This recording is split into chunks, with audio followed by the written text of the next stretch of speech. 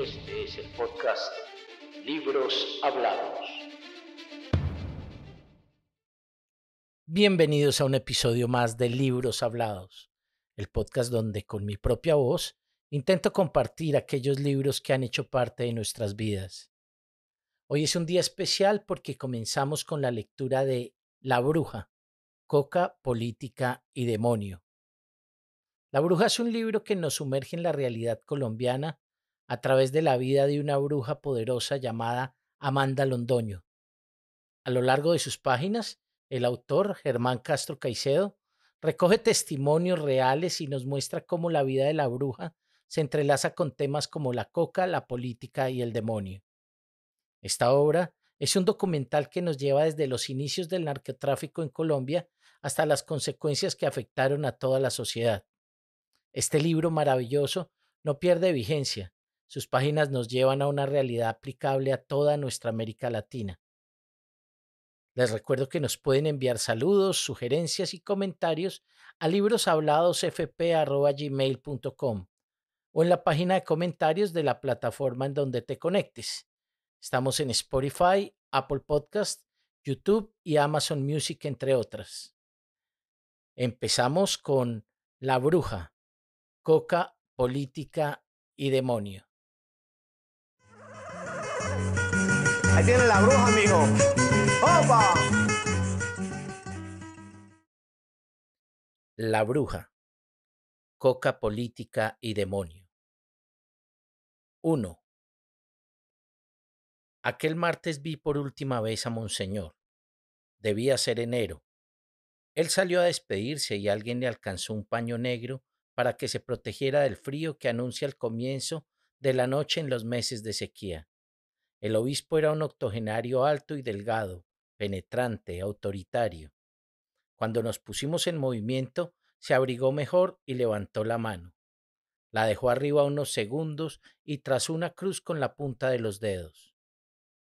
Aun cuando se había retirado de la diócesis, Monseñor Alfonso Uribe Jaramillo continuaba luchando contra Satanás.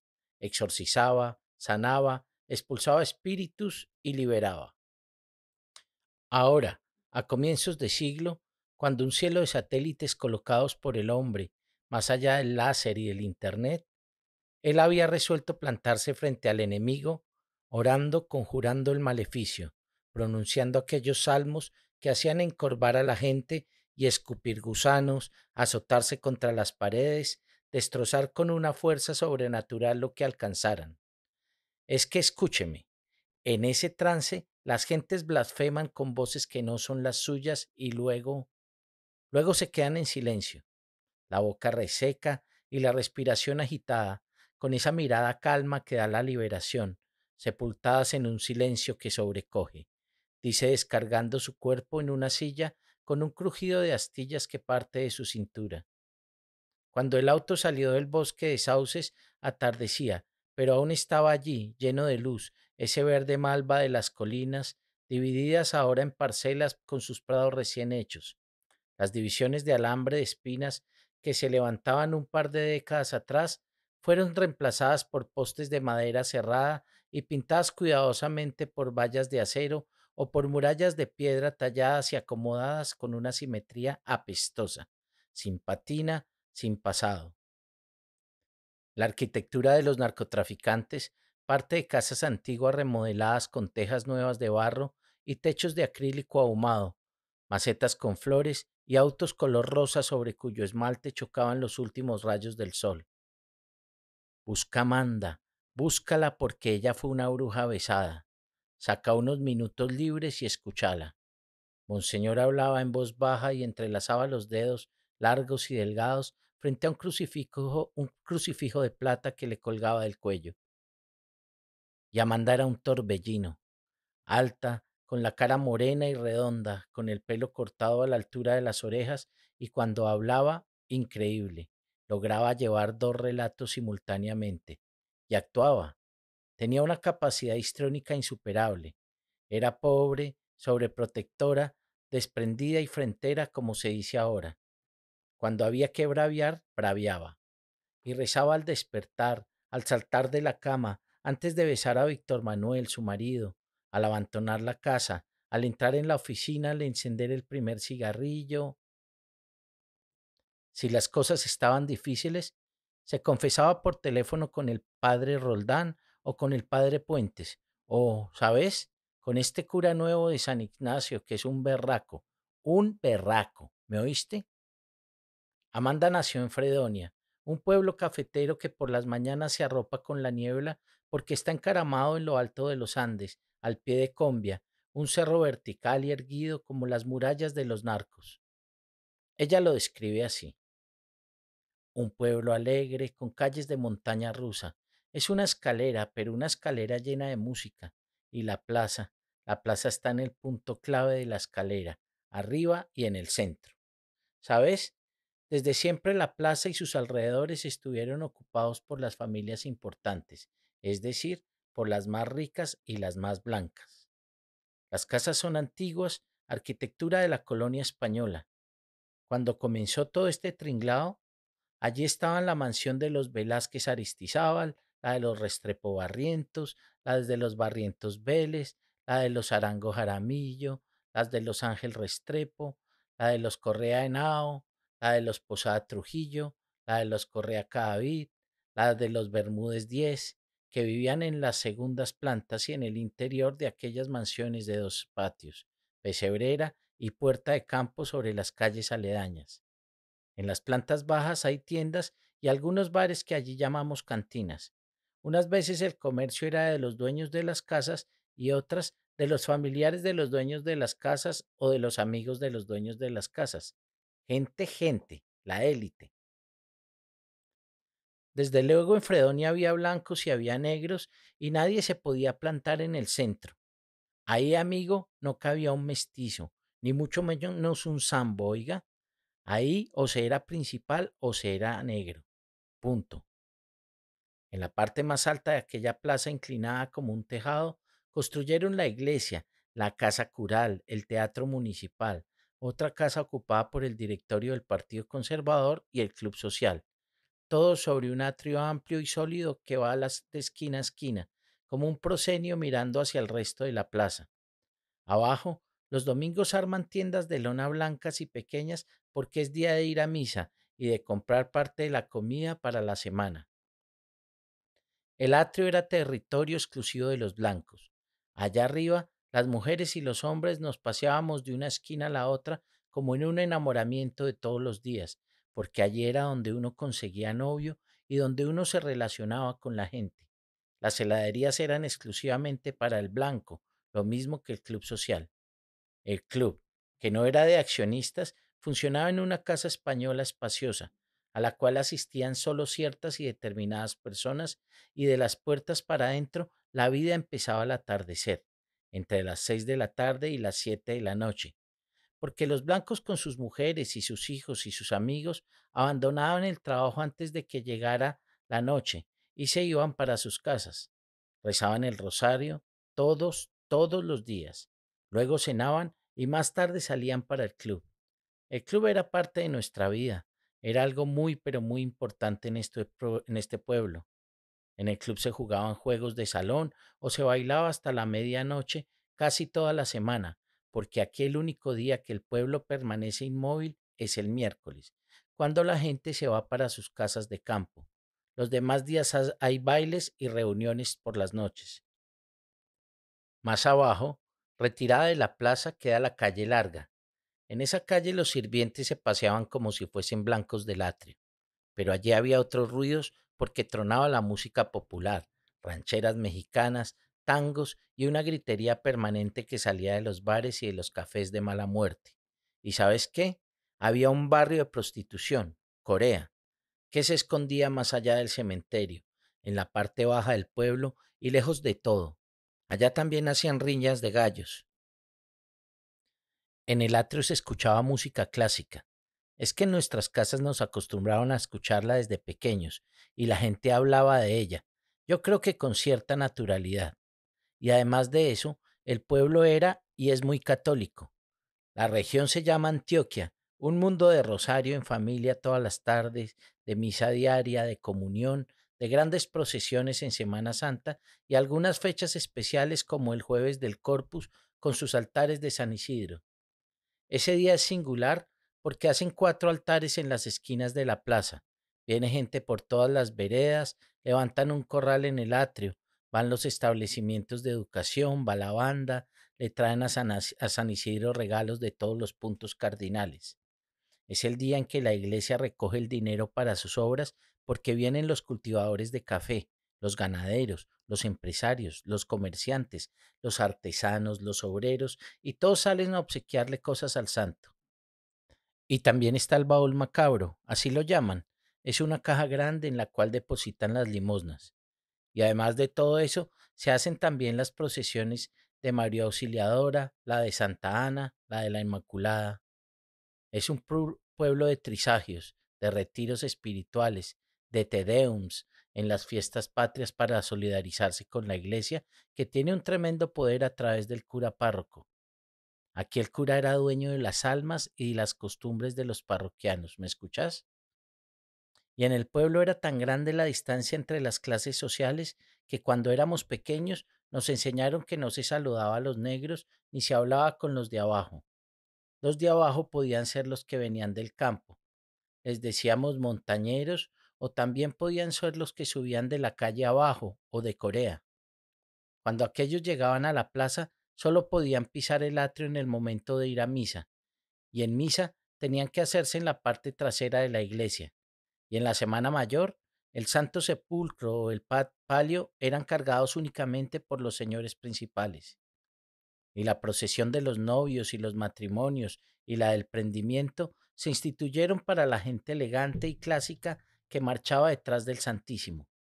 Los demás tenían que conformarse con ver el paso de las imágenes y de la gente de arriba que se vestía con la mejor ropa, de manera que esa procesión era también algo así como un desfile de modas en el que no se sabía cuál inflaba más el pecho para sentirse elegante.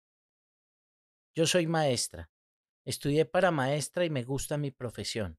Mira, yo hubiese podido ser embajadora o ser rica. Simplemente eso, rica. Pero nunca quise nada diferente a ser maestra, aunque pasé parte de mi vida en la brujería. Pero así, bruja y lo que tú quieras, nunca dejé de ser maestra. La brujería me llegó a los 11 años, cuando aún no había comenzado a prepararme para ser maestra. Pero no creo que haya llegado por coincidencia, sino que, hombre, la cosa fue así.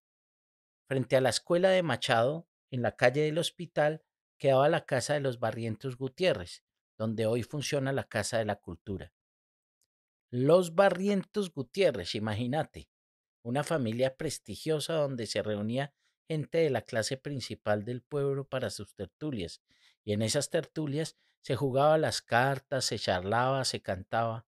A esa casa por lo general iban las primeras autoridades del pueblo y desde luego los principales del ejército y de la policía. Allí, una noche alguien habló del destino y del más allá y el comandante de la policía, un tipo de apellido Albernia, dijo que él sabía adivinar la suerte con el cigarrillo y empezó a leérnoslo. Al comienzo fue un juego, pero con los días empezó a hacernos falta y entonces ya íbamos todas las tardes y el comandante nos adivinaba la suerte en el cigarrillo y después en las cartas. Y un día le dije que por qué no me enseñaba y él empezó a explicarme con lápiz y papel. En ese momento yo estaba en segundo año de secundaria y empecé a aprender lo que hacía el comandante. Él me decía, por ejemplo, un triángulo negro es una muerte. En este momento no soy capaz de recordar lo que me enseñó, o puede que no lo quiera recordar, porque cuando a mí me exorcizaron, dijeron una oración especial para que se me sepultara en el fondo de mi mente todo lo que sabía de brujería, de manera que ahora lo único que puedo decir es que en el cigarrillo las gentes ven las figuras que ellas quieran. Si se observa bien, el cigarrillo refleja cómo es una persona. Si hay un corazón, el corazón te acerca a alguien. Si hay una inicial, tú puedes acertar como con su nombre o su apellido, pero eso no quiero recordarlo. Bueno, lo cierto es que el comandante me enseñó y comencé a practicar con las amigas de mi calle. De todas nosotras, solo dos empezamos a adivinar, Socorro y yo. Entonces, en el centro de aquel grupo de muchachas siempre estaba Socorro. y Amanda que le adivinaban la suerte al resto. Acertábamos mucho. Eso continuó y la fama llegó hasta las profesoras de la escuela. A mí me explicaron después que cuando alguien adivina la suerte, los espíritus que entraron en el adivino para ayudarle, que se llaman espíritus pitónicos, se quedan allí hasta una tercera o una cuarta generación. En mis antepasados hubo primas que adivinaron la suerte. Por ejemplo, Alegría Esquivel de Madrazo tuvo mucha fama. A ella la llamaba el presidente de la República de esa época para que le trabajara. Y tengo otras parientes que también se han dedicado a esto y tienen fama.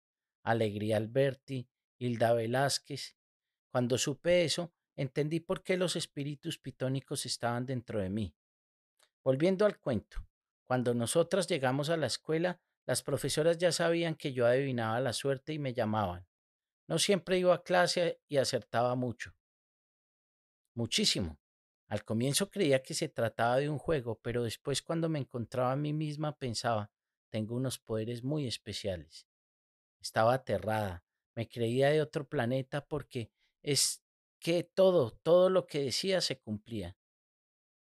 En esos primeros tiempos, entre las cosas que más me impresionaron fue que una vez la rectora, a ella le brujé lo que usted quiera, a ella y a su familia. Una vez la rectora me llevó a una casa vecina a la suya y allí una señora llamada Graciela, aún la recuerdo, me dijo que le adivinara la suerte. Yo tomé su cigarrillo, miré los remolinos de ceniza y le dije, van a robar a su marido y usted tendrá que viajar en avioneta. Se rió y me contestó, viajar en avioneta, por favor. Aquello fue un viernes. El domingo por la tarde me llamó y me dijo, hubo un robo en nuestra hacienda cafetera y yo tengo que viajar en avioneta. Quedé aterrada. Sin embargo, nunca creí que aquello tuviera algo de diabólico. Pensaba que todo venía de mi Dios. Otro día, a una niña llamada Silvia Gudelo le dije, dentro de poco tiempo va a morir tu novio. Y se murió. La muerte ocurrió 15 días después. Entonces ya no adivinaba solamente a través del cigarrillo, sino en las tazas del café, en las del chocolate o a través del tabaco. En las del café y en las del chocolate se leen las capas que quedaban una vez la gente se ha bebido el contenido. En época de Navidad se recorren otros caminos. Por ejemplo, se coloca detrás de la puerta o debajo de la cama un vaso con agua, goma tragacanto, camedrio de aguarándano y un huevo. Y al día siguiente uno mira todo aquello y puede saber qué sucederá el año siguiente. Todo esto ocurría en la época de mis 11 años. Así transcurrieron la niñez y la juventud hasta cuando me nombraron profesora. Cuando me recibí como maestra, el regalo fue nombrarme allí mismo en reemplazo de la profesora de último curso.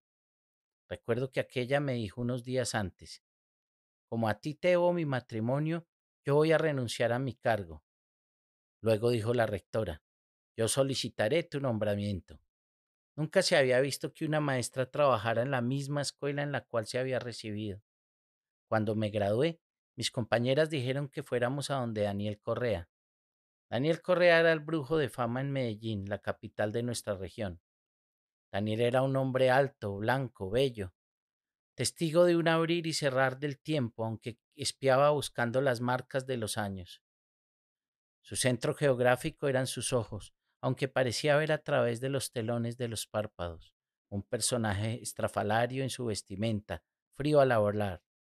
Su voz era una música sepultada viva que parecía venir de donde conversan los muertos.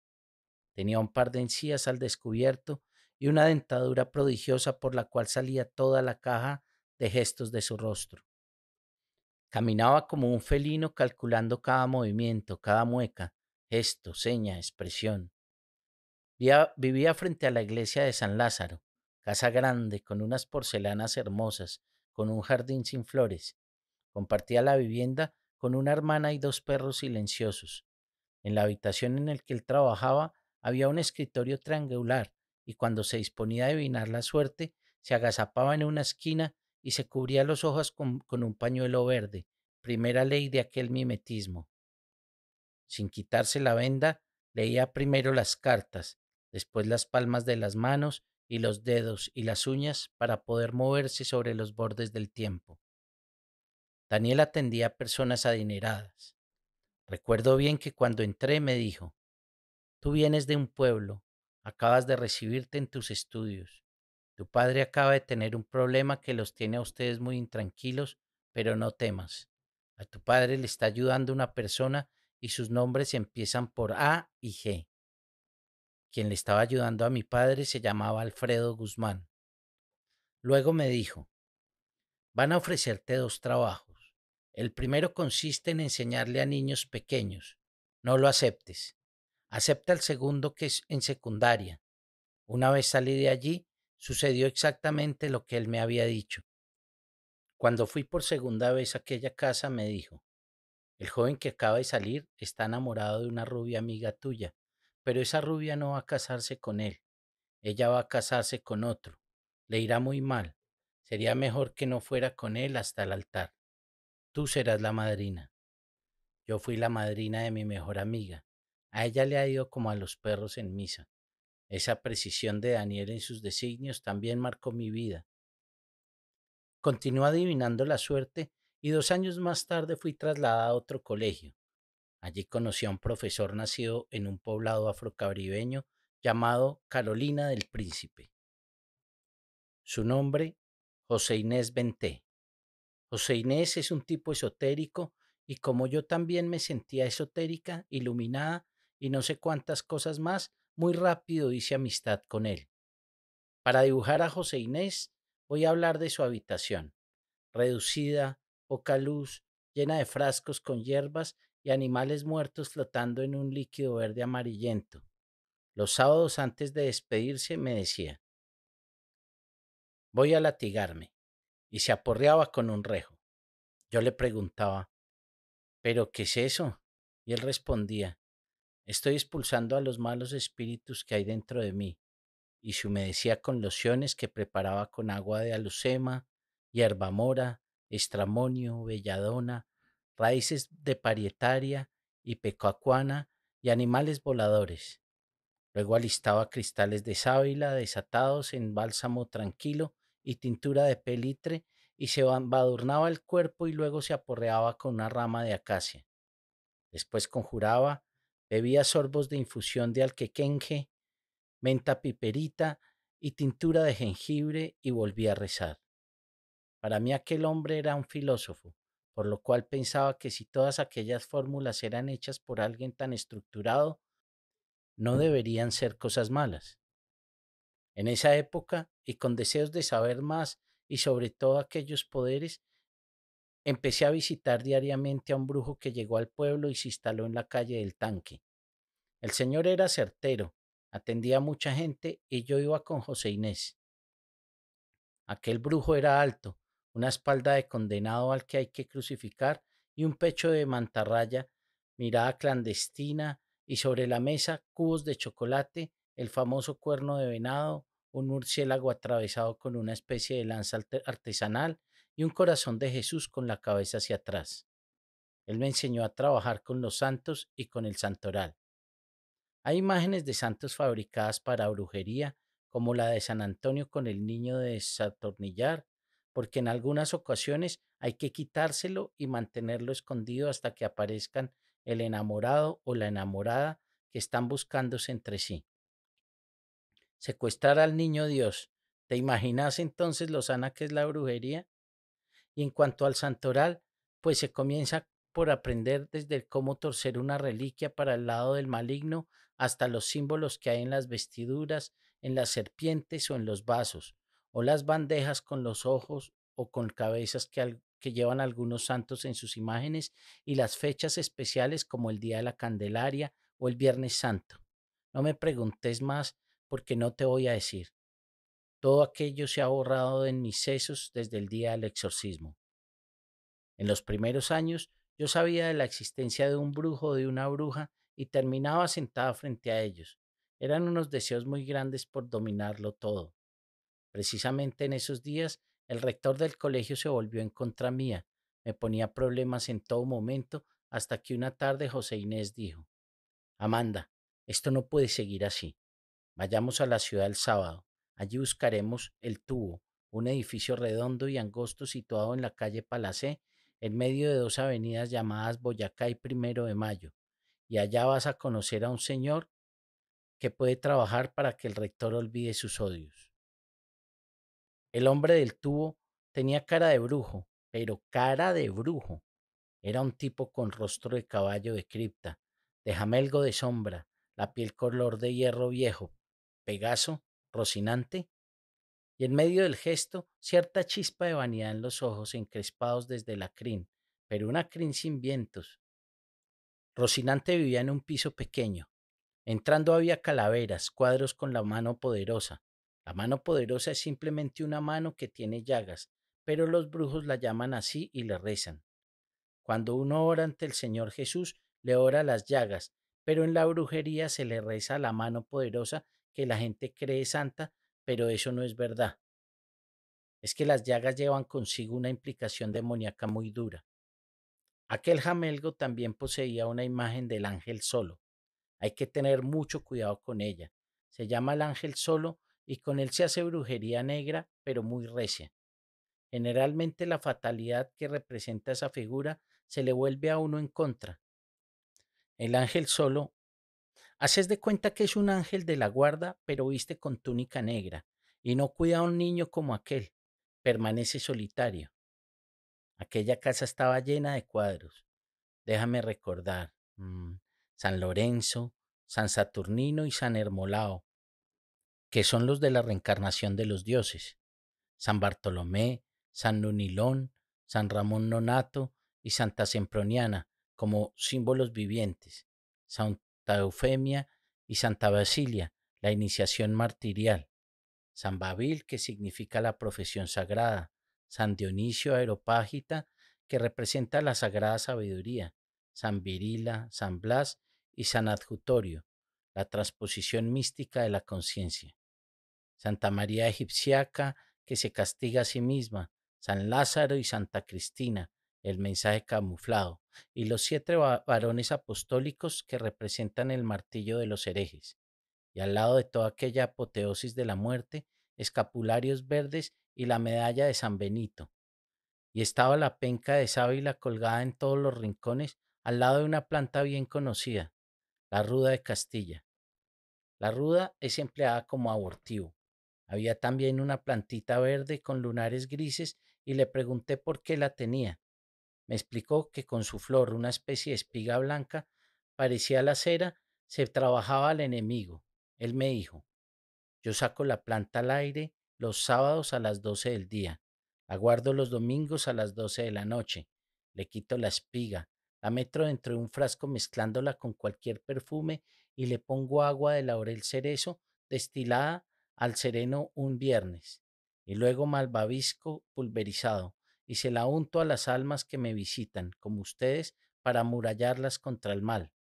Bueno, lo cierto es que le contamos la historia del rector y Rocinante preparó unas papeletas con flor de azufre, bergamota seca, aloes en polvo, licopodio, valeriana, cicuta y no sé qué otros elementos, y antes de entregárnoslas nos dijo, deben esparcir diariamente el contenido en el lugar de trabajo de ese hombre. Primero ingresa el caballero José Inés y espolvorea una porción de lo que contiene la papeleta. Luego lo hace la dama Amanda y deja en el ambiente otro tanto. Terminados 8 días, deben hacerle beber algún licor, algún refresco, algún jugo con el contenido de esta última papeleta y la marcó con tinta negra. Luego regresen a hablar conmigo. Esa última papeleta contenía pimienta negra, raíz de ratania y azufaifas.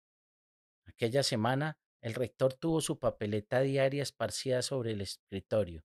El último paso resultaba difícil porque el tipo no bebía café y lo único que nosotros teníamos en el colegio era café. Pero como era forastero, visitamos a la señora de la casa donde comía y le dijimos, Doña Marta Olga, permítanos suministrarle este medicamento al rector, lo necesita. Inicialmente la mujer opuso resistencia y José Inés le dijo, Marta, si nos lo permite, a cambio le daremos las mejores calificaciones a su hijo en el colegio. Le daremos el premio como mejor estudiante para que el año próximo reciba una beca. Y ella respondió, de acuerdo, sí, pero nosotros mismos lo haremos. Nosotros estaremos con usted en la cocina y nosotros mismos pondremos el medicamento dentro del plato. El rector debe curarse. Esperemos a la hora de la comida. Fuimos al día siguiente, pusimos el contenido de la papeleta dentro del plato y nos quedamos escondidos en la cocina. El hombre se lo comió todo y óigame bien, a la medianoche estaba llamando a la puerta de mi casa. Le abrí y entró y conversó conmigo, se rió, se quedó hasta bien entrada la madrugada. Él tenía fama de tacaño, sin embargo esa noche me llevó dos regalos, un reloj y una crema de manos. Una profesora del liceo llamada Bella Luz supo todo aquello y comenzó a decirle a la gente, las brujerías de Amanda y del negro son poderosas. Pero las cosas no se quedaron en aquel par de regalos. Unos días después, el señor me dejó como rectora encargada por unos días. A partir de ahí, fue mi gran amigo y es mi gran amigo. José Inés comenzó a manejar la escalera, un grupo de teatro y como a mí me gustaba actuar, me metí de lleno con ellos. Es que el pueblo ha sido siempre culto. Entonces estaba la Casa de la Cultura, donde se organizaban las conferencias, seminarios, tertulias literarias, dos salas de teatro, un paraninfo, una concha acústica. Existía la Sociedad de Mejoras Públicas, a través de la cual yo fundé, por ejemplo, la Fiesta de los Niños. Aquella celebración no consistía en lanzar serpentinas y cantar los pollitos dicen. No, allí se representaban cuentos y obras infantiles, les leían libros, cantaba la coral Fredonia, había dos grupos de teatro, La Escalera y Sol Naciente. Nelio manejaba el teatro municipal. Nelio era un hombre con cabeza grande y frente cósmica porque soñó con muchos mundos, piel color de volcán extinguido y el azul de la senilidad en sus pupilas desde cuando cumplió los 20 años. El municipal es teatro grande, dos plantas con palcos y balcones cómodos. En él anualmente había zarzuela, se traían algunas obras de la capital y otras eran representadas por nosotros. Cantaba la coral, había conferencias, venían poetas y ofrecían recitales, venían literatos, venían sociólogos, venían historiadores, venía gente culta que trabajaba de abrirnos la mente. Las conferencias eran para jóvenes, para los niños, para los mayores, y hablaba mucha gente de aquí. Es que Fredonia ha tenido hombres importantes. Hoy, recordando tantas cosas, me doy cuenta de que también la vida cultural era casi exclusiva para la élite.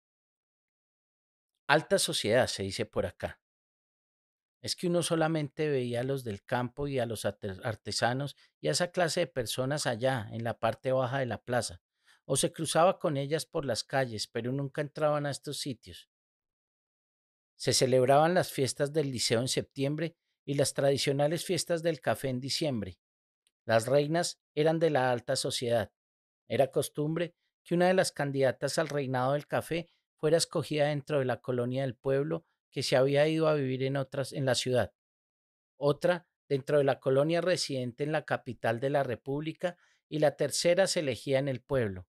Lo más rancio, lo más estirado de nuestra sociedad, lo que digamos estaba en la cima, era la gente que se había marchado a la urbe, gente urbanizada, decían por ahí. Otros los llamaban simplemente la colonia. Durante las fiestas se hacía la caseta central en el teatro municipal, pero allí solo entraban los blancos, que después de tantos años comienzo a sospechar que no son blancos sino zambos o mulatos. Como en todo este país, apenas ahora me parece que los blancos son mestizos vergonzantes con ropa de paño y sobre los hombros charreteras como papagayos degollados y el residuo del cuerpo forrado por casacas y plumas de palomas. En la plaza hacían tres o cuatro casetas a las que tenía acceso todo el mundo. La mejor orquesta era la del teatro. En los balcones de las casas principales se exhibían macetas con plantas de flores. Había corridas de toros el 28 de diciembre, desfile de manolas, carretas del Rocío. ¿Cuál Rocío en este trópico cálido? Ese día la plaza parecía un dibujo de Goya. Los balcones eran palcos y el populacho se apretujaba abajo tras una empalizada. Había carrozas de carnaval, repartían café por las calles, había conciertos de la coral y piezas de teatro. Bueno, pues gracias al teatro mi amistad con José Inés se hizo más fuerte, de manera que muchos de nosotros íbamos al liceo donde él tenía su habitación y empezamos a ver que manejaba muñecos. Los muñecos de José Inés estaban cruzados por alfileres, por espinas, por púas, por agujas, por horquillas, muñecos de trapo, de cera, de papel. El muñeco de José Inés era el clásico monicongo negro hecho de cera, y él acostumbraba a ponerle cuernos y cola, y le rezaba en lenguas extrañas. Una tarde le pregunté qué hacía, y él me dijo, llamo a los espíritus. Es que fulano de tal debe abandonar el pueblo y le estoy colgando el espectro de la diáspora. A esa persona le colocó la medalla de San Benito con los pies hacia afuera. Su colchón era arreglado con cintas y alfileres, cinta roja, cinta azul y cinta negra. La cinta iba en el cruce y los alfileres estaban clavados en cruz, sosteniendo las cintas y la sábana sobre la cruz del tamaño de la persona que dormiría sobre ella. Un día José Inés me dijo, visita a Josefina, ella te enseñará a hacer los trabajos más poderosos. Josefina se llama una señora que vive cerca del tubo en la ciudad. La estoy viendo ahora, muy alta, con una cabellera de polvo que le llega hasta los hombros, ojos clavados en el futuro y una voz con resonancias ultrahumanas cuando está en trance. Los dientes, la piel, su imagen de nostalgia gigantesca y la totalidad de su propio vacío no parecen de bruja, pero en cambio tiene un ojo. A ver, ¿el derecho? Sí, tal vez el derecho. Lo tiene medio apagado porque una mujer demonio se lo desgarró cuando era niña y desde entonces le sembró esa maldición en la cara y desde entonces se pone unos anteojos pequeños en la punta de la nariz para disimular que desde entonces tiene el tallo de la vida quebrado en dos. Pero a pesar de los anteojos, siempre lo mira uno a través de una lupa grande y siempre está vestida de negro con pantuflas negras y medias negras con vena. Su casa flota en una tercera planta, un piso oscuro y en el cuarto de ropas un lavadero. El tanque del agua permanece lleno de hierbas. Allí prepara parte de las sustancias y lava la ropa sucia a la vez. Allí también hay ollas y palanganas por todos lados y la cocina, pequeña, llena de frascos, pero los del costado sur son diferentes a los demás, puesto que contienen aguas de colores.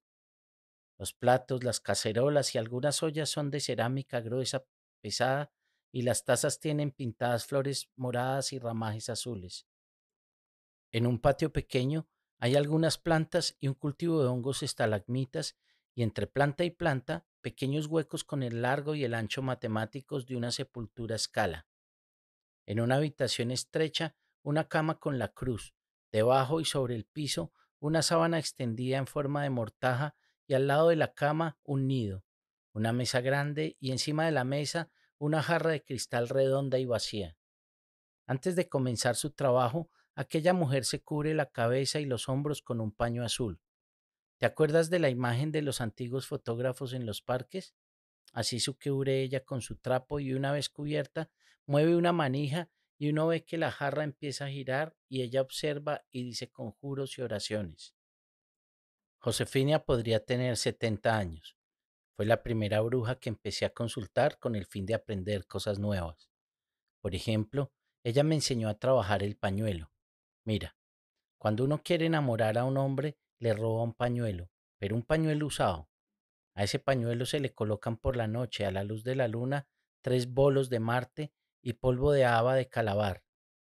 Luego se reza, se le hacen nudos según los años que tenga el tipo y se conjura al lado de un fuego hecho con canela astillada y llama de vela roja. Yo estudiaba para especializarme como maestra y estudiaba el arte de la brujería a la vez, y me gustaban las cosas de la gente, me gustaba relacionarme. Vivía caminando por las calles. Una tarde escuché hablar de alguien muy especial que había llegado al pueblo.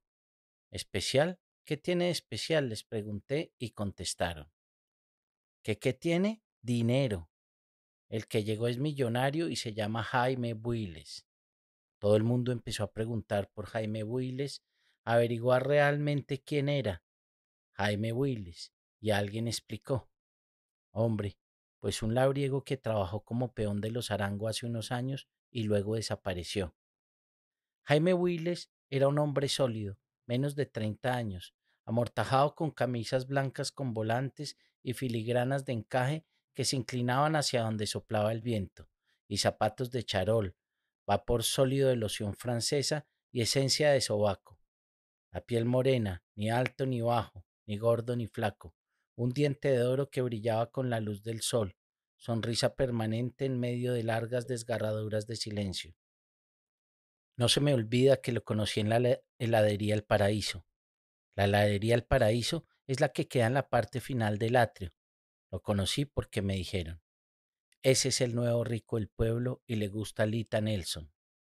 Lita se escondía de él. Una tarde estábamos en el atrio y lo vimos entrar al club acompañado por dos forasteros. Uno llevaba un portafolios y el otro un maletín pequeño. Entraron y media hora después salieron todos los que estaban en el club y cuando salió el último cerraron la puerta. Hacia el atardecer salieron Jaime Builes y sus acompañantes, pero el del maletín ya no llevaba nada, ya no tenía el maletín pequeño. Cerraron la puerta. Silencio. A la media hora salieron los dueños y cerraron con llave. Uno de ellos llevaba el maletín. Por la noche vino el comentario. Jaime Willes entró y preguntó cuánto valían las cuentas de toda la gente que estaba en el club. Se lo dijeron. Sacó de un portafolio un rollo de billetes y pagó. Luego dijo que saliera todo el mundo y cerraran la puerta. Lo sacaron. Cerraron la puerta. Cuando cerraron, le preguntó a los dueños cuánto valía el club. Ellos respondieron que no se vendía y Jaime les dijo, se vende. ¿Cuánto? Le dieron un precio y sacó del maletín algo parecido a esa cantidad, y como sobraba un fajo de billetes, dijo que se lo regalaba. Recorrió los salones, sentenció que aquello estaba sucio, que lo barrieran bien, que limpiaran el polvo y luego le llevaran las llaves a su casa de campo, que allá las esperaba. Los dueños hicieron barrer, limpiaron el polvo y se fueron. Nos quedamos sin club. Es que el club era parte de nuestra existencia.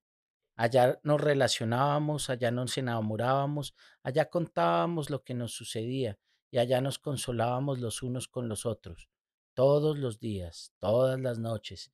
Pero desde esa tarde estuvo cerrado una semana y al cabo de ese tiempo se supo que iban a reinaugurarlo. Pasaron 4 días, 5, 6.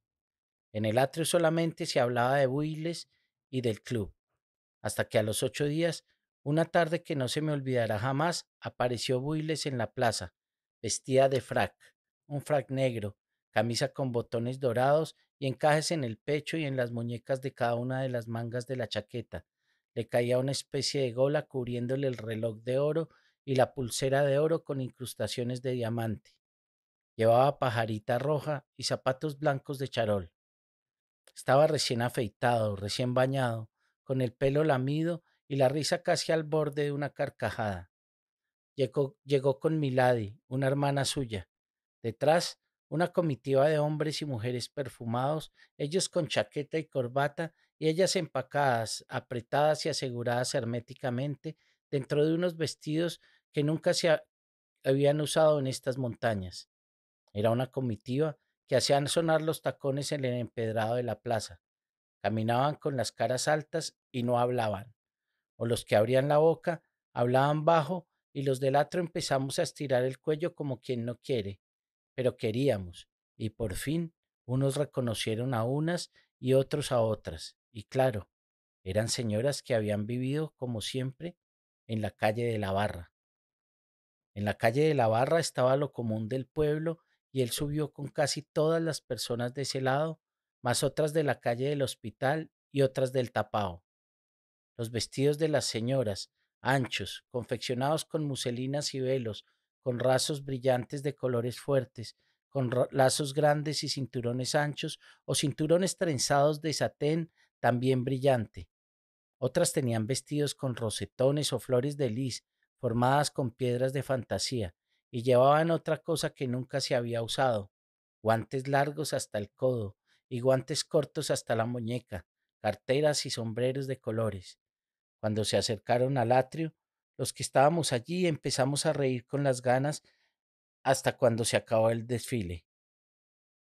Y cuando el desfile se acabó, cerraron la puerta y adentro un mariachi que Jaime mandó traer de México en avión especial empezó a tocar El Rey. Y después una de las dos orquestas ruidosas que habían llegado a las 4, una caravana de autobuses y automóviles con sirenas y cohetes.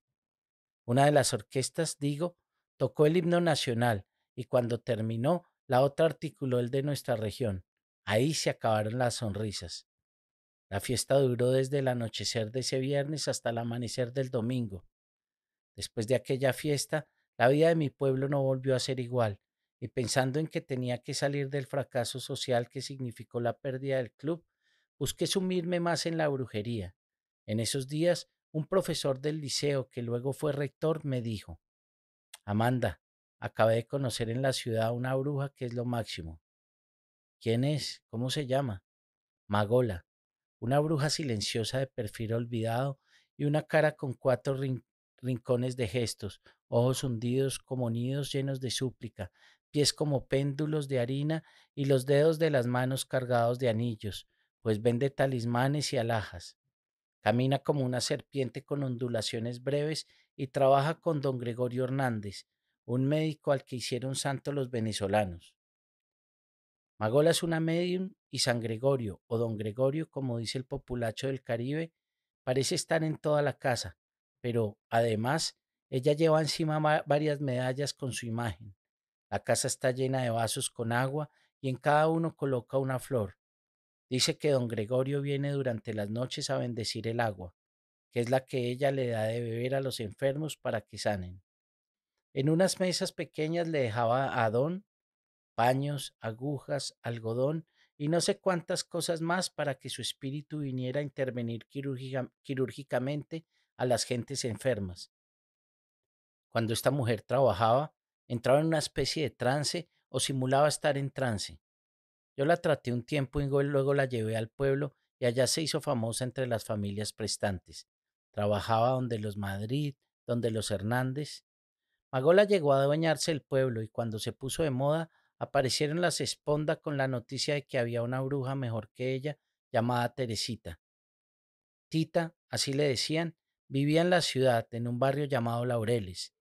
Era flaca, un vuelo espeso de pestañas debajo de la frente y entre su ropa esa helena de Troya que toda mujer lleva dentro. Caminaba con pasitos muy cortitos, silenciosos, nerviosos.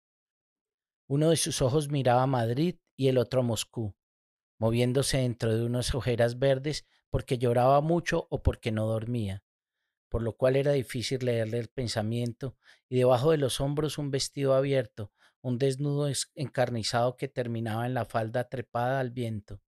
Casi todos los días comulgaba, rezaba, prendía velas en la iglesia, y era lívida, lívida, de un pelo lamido, un pelo gris desgreñado. Alguien trajo la noticia de que Juan Fernando Madrid se había grabado y Pola, su mujer, dijo: que venga Teresita. Tita fue a verlo y Juan el Piadoso mejoró. Tita fue entonces la nueva reina de las brujas hasta cuando apareció otra que le hizo un trabajo espectacular a Nicanor Cervantes.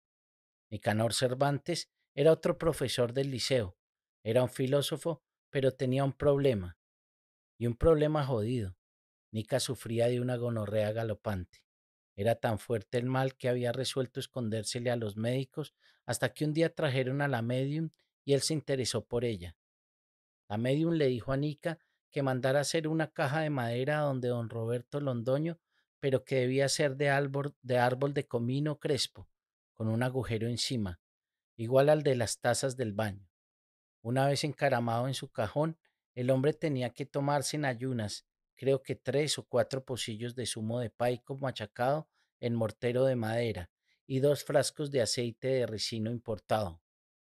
Cuando estuvo lista su caja, Nica se tomó aquellas amarguras y le vinieron el dolor y luego las evacuaciones del intestino.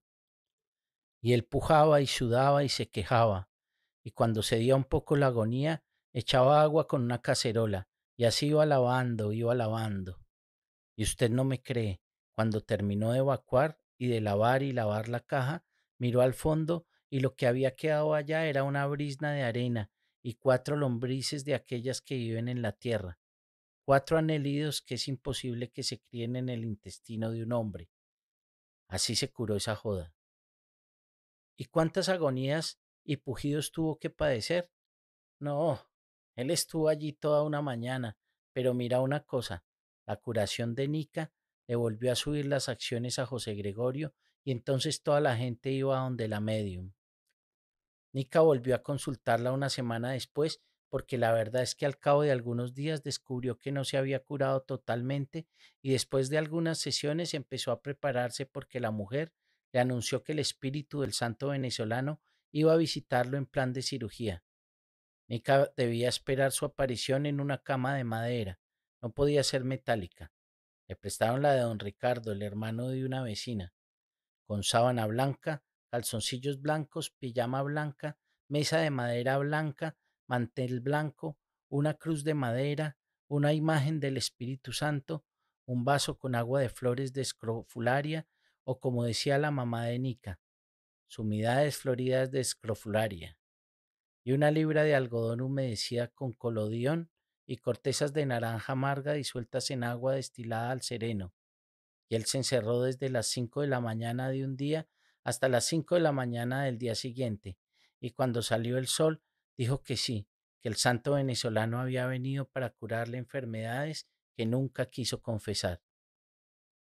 Yo cada día aprendía más y me apasionaba más con la brujería. Dictaba clases de historia en el colegio, atendía a mis compañeras y a mucha gente del pueblo y a la vez memorizaba cuanto me enseñaban los brujos que lograba ver en la ciudad y los que llegaban al pueblo. Por esa época apareció Jaime, el del bosque de los árboles sin nombre. Jaime es un roble con una barriga de 3 papadas y las uñas de los pies largas y azules y según la gente muy sensible, es decir, muy psíquico. Temprano en las mañanas lanzaba descargas de energía como para sentenciados a la silla eléctrica. El tipo es un bigote espeso, un mostacho que reparte sentencias cuando logra escaparse del mapa de la nieve ácida de su cigarro que sostiene con un dedo completo y otro disfrazado. Sí, es que le falta un pedazo del dedo más largo de la mano derecha. Allí lleva un muñeco negro con la boca pintada de rojo que brinca cuando él desea darle vueltas al cigarro, medio prendido, medio apagado. Y además, Jaime tiene 3 mujeres y con la que vive es un relámpago carnal, una guayaba con el cuerpo bruñido e inocente y el vuelo redondo de sus senos pujando por escapar de la opresión, de un sostén de flores descoloridas y una falda mareada por la lluvia ácida, que le da de beber al brujo agua de apio para que se le ahuyente el cansancio. La pequeña casa en que viven se halla a la entrada del bosque. Allí atiende gente y gente y gente porque ese hombre hizo una fama muy pronto. Y una vez que creó la fama en torno a su dedo y a su bigote, y claro, a su mujer, la tercera, la del cuerpo bruñido, comenzaron a llegar autos de la ciudad, y las semanas siguientes aumentaron los visitantes, y lo que aparecieron entonces fueron romerías de almas santas, almas pacientes que buscaban hacerle daño a alguien o conseguir fortuna fácil y pronta. Y aunque el brujo atendía previa cita, aún así la romería es grande. Yo hice amistad con él y un día dijo que mi casa estaba contaminada y que para liberarla era necesario acudir a donde una bruja que trabajaba esa línea de poderes, una bruja exquisita que no atendía a todo el mundo. Su nombre es Silvana.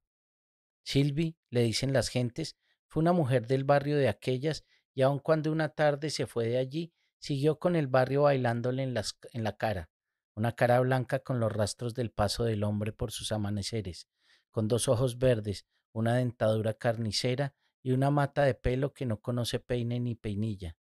Vivía en una casa invadida por pencas colocadas en hileras rectas, apretadas y a la vez llena de plantas de ruda también en filas rectas y apretadas.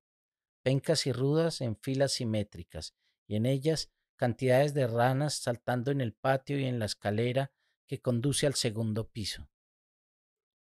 Diario de campo, sábado 23 de octubre. Hablamos de estas cosas y cuando Amanda llega a Silvana, interrumpe el relato, se pone de pies y dice, esa mujer tiene mucho poder y aún está viva. Trabaja aquí, en el pueblo. Entonces digamos, Señor Jesús, cúbreme con tu preciosísima sangre. Luego continúa, ha palidecido. Cuando la vi, Silvi me dijo, Amanda, a ti te han rezado. Me hizo llevar semillas de brucina o nuez vómica. Es lo mismo. Zarzaparrilla roja, alumbre, tallos de ruibarbo, hojas de ajenjo, 6 huevos y agua expuesta al sereno la víspera por la noche. Colocó a hervir algunas de las cosas delante de mí y luego me las tomé con azúcar morena. Me ató una cinta amarilla a la que le había hecho algunos nudos y sin que se detuviera el tiempo empecé a vomitar. Arrojaba gusanos diminutos. Después me hizo leer a partes de la Biblia y quedé extenuada, en silencio, con la boca reseca, los lóbulos de las orejas en llamas y un centelleo en medio de torbellinos de oscuridad. Esmeralda trabajaba con nueces, con huevos y con sábanas. La sábana es un objeto de poder en cierta clase de brujería, pero la sábana no puede ser nueva. La sábana tiene que ser usada por la persona a la que uno le va a ayudar. Se usan también toallas, platos, cucharas, prendas usadas. Esas prendas yo las cogía primero y las metía en agua con polvo de teriaca, alcanfor, azufre y polvo de cicuta, y lo que quedara en el fondo de la vasija donde hacía la inmersión era el mal que yo estaba deshaciendo o lo que representaba el tema en el cual estaba ayudando. Y después usaba cada objeto por aparte y durante algún tiempo con el fin de armarlo de energía.